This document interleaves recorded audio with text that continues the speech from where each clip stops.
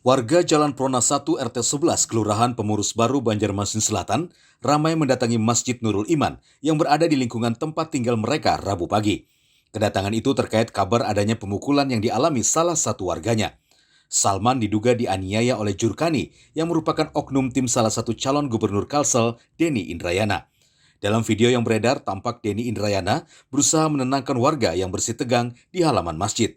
Menurut saksi mata, kegaduhan berawal dari korban yang diduga dipukul pelaku karena dianggap sebagai penyusup saat hadir di masjid untuk mendengarkan tausiah agama. Bang Aman masuk dalam masjid, sudah masuk dalam masjid, duduk, setelah duduk, yang si pelaku ini menyenggol pakai batis, menaguh pakai batis, sudah kayak itu dibawanya keluar aja Bang Aman. Ya, Abang Aman korbannya ada boleh aku masuk dalam masjid, ini kan tempat umum, ada boleh aja. Ikam apa tujuan ikam masuk ke sini? Betul bawa Abang Aman keluar.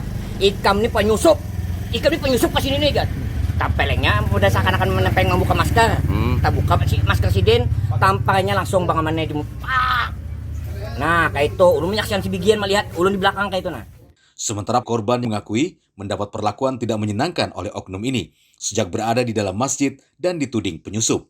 Jadi aku tadi tuh kan habis sembahyang, habis itu mendengar ceramah, sekalinya kebetulan aku nih di belakang Jurkani, sekalinya di buritku dicucuk lawan batisnya, takajut kok, ya aku kenapa ini?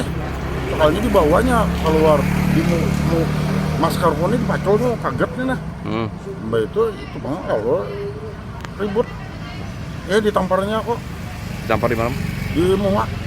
Tanpa ada apa-apa langsung ditampar? Iya langsung menampar, ujarnya penyusup ya. Padahal warga sini Pen lah? Iya warga sini. Iya. Kayak apa nih Bang Pen langkah hukumnya? Akan itu selesaikan cara hukum yang berlaku aja. Kada terima nih Bang lah? Kada terima kok. Tidak terima dengan aksi penganiayaan pelaku, korban langsung melapor ke Polresta Banjarmasin. Sudah dilaporkan, ada namanya ya, terudahnya, dan diproses oleh Satreskrim. Ini posisinya diamankan atau Namanya laporan kan boleh, nanti kan ada proses, ada pemanggilan. gitu? Kan gitu, pasalnya apa, ya kan? Saat ini pelaku diamankan di Polresta Banjarmasin untuk dimintai keterangan.